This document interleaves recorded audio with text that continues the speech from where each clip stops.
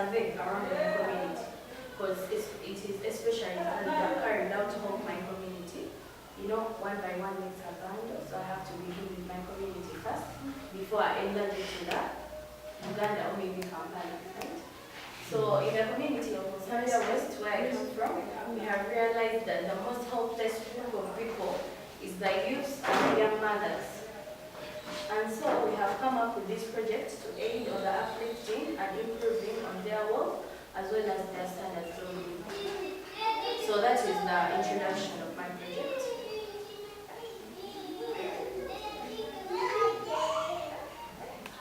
Then, as I was surveyed, I discovered the problems affecting these people of mine, most of the youth, because my project is all about most especially the youth and the young mothers. One of the problems is increased cost of living. By this I mean, the cost of living is maybe the money that you need to carry out maybe your needs, you understand? The amount of money you need to give yourself all the desires of life. That is the cost of money. So in my community, it is very high. In that case, people are not able to afford it. That is one of the problems they are facing. Then number two, there is increased school dropout. Many youths, and you know youths most especially come from schools because that is their age. There is increased school dropout. Those people don't want to study, so they end up not finishing their studies and they end up coming out of school. That is a problem to themselves and also to the community at large. Then there is neglect for children. Of course, if you're a parent and you're handling very well your child and you're not neglecting her or him, in that case you will be advising him or her to always remain in school, as well as you're telling him or her the benefits of being in school. Then there is high crime rates. Of course, if many have dropped out of school, they will be unemployed.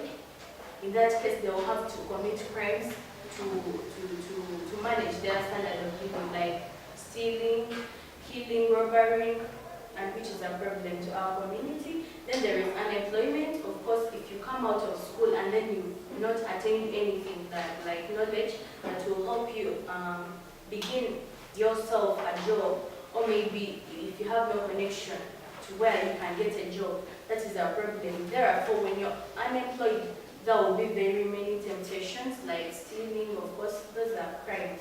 You understand, which is a problem to our community. Then there is corruption. Of course, corruption in my community, what I've realized is that corruption is beginning from the very young stage of those people down there. Even a young person can practice corruption. Maybe sometimes they practice it because they don't know it, but we as the elders, as we can see, we can at least notice that that is corruption. And corruption does not take does not uplift anyone, but instead it is taking us back.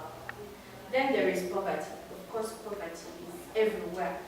That one I have no problem. I can't say that maybe it is only in that community, it is everywhere, but all we have to do is to be strong and try to fight it. You understand? Because we can say that poverty is there, but even the rich people are also there. So how do they make it? We also have to uplift ourselves. So if you want more problems and maybe more discoveries of that community of mine, you can visit the government database for more information. And then, according to my notice, these are some of the findouts that I've realized when I've calculated the number of people that are suffering in the community.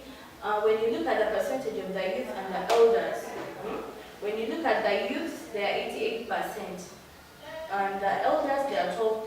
What does that mean? The youths are bigger in number, right? Then the elders are smaller in number. This is not helping us because you well know that the youths, when you're young, your brains are still functioning well. You have that inspirational mind, and when you're young, of course, you can inspire other people.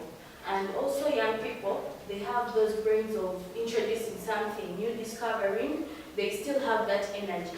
And compared to the elders are already worn out. So if these problems that we talked about are faced by the youth, which yet the youths are the ones having the bigger number in our community, then that is a problem. That means our community is going to face a very big problem, because the people who would have helped the community are the ones facing very many problems. Yes? Then, when you look at the percentage of mothers, children, and the young mothers, I've decided to differentiate mothers and young mothers, because there is a very big difference. When you're a young mother, you cannot be compared to a mother, because we assume that mothers, you are fully ready to produce and to take care of the responsibilities that you're supposed to take.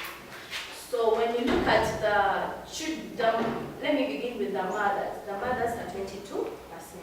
And when you look at the young mothers, they are 35%. They are more than the mothers. That means 35% they are not yet ready to give birth. In that case, they won't be able to realize their responsibilities and take good care of them.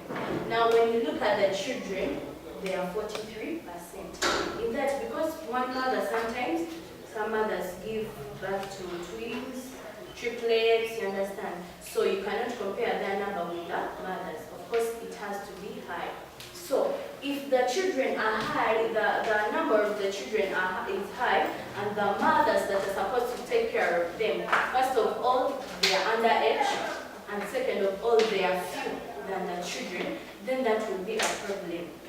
You understand? In that case, we'll have a problem of losing these children because they have no one to take good care of them, which is not good. It is not benefiting our country, because whenever people are decreasing, there are very many problems that you can face, like the market decreases, of course the tax revenue also decreases. If we are to elect, of course the people who are supposed, the citizens that are supposed to elect, there are very few, then that's a problem also. So far that is what I discovered in my community. Then I had to also look for the causes of these problems.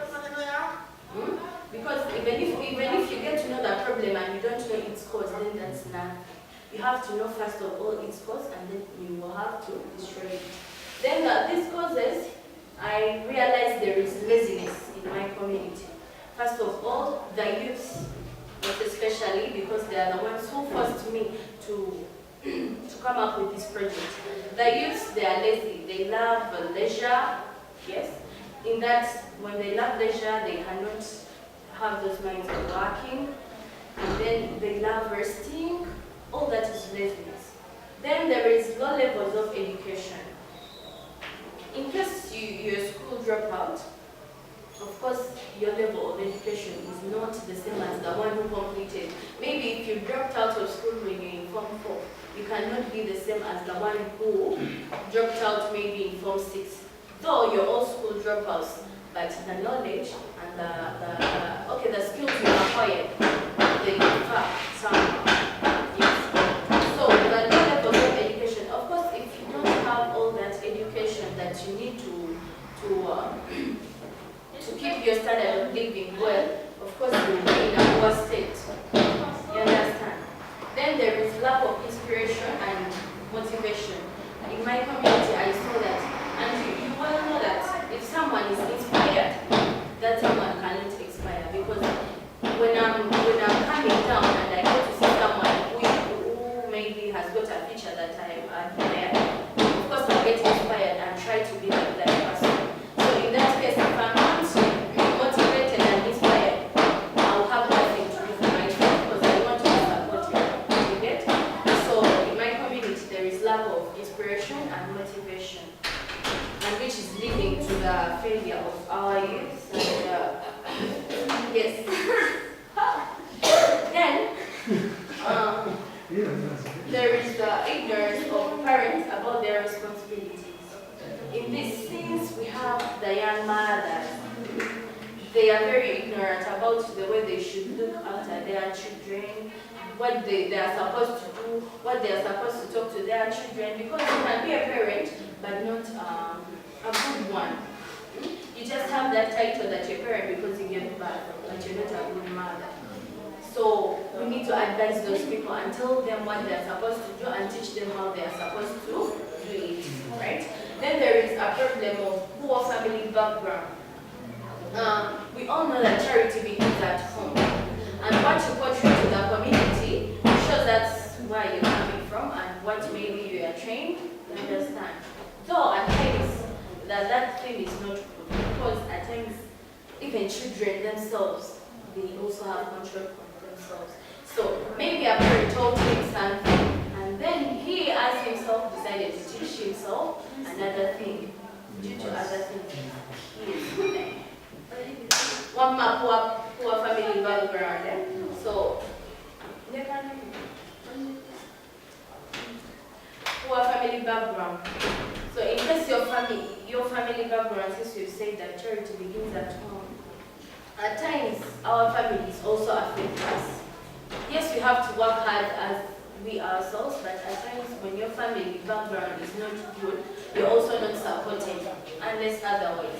But for example, if your family is very poor, in that case you have no connection.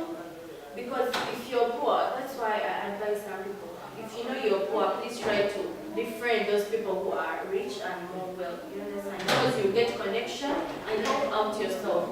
So the family background has also affected my community because most of the families are poorly brought up. So they bring out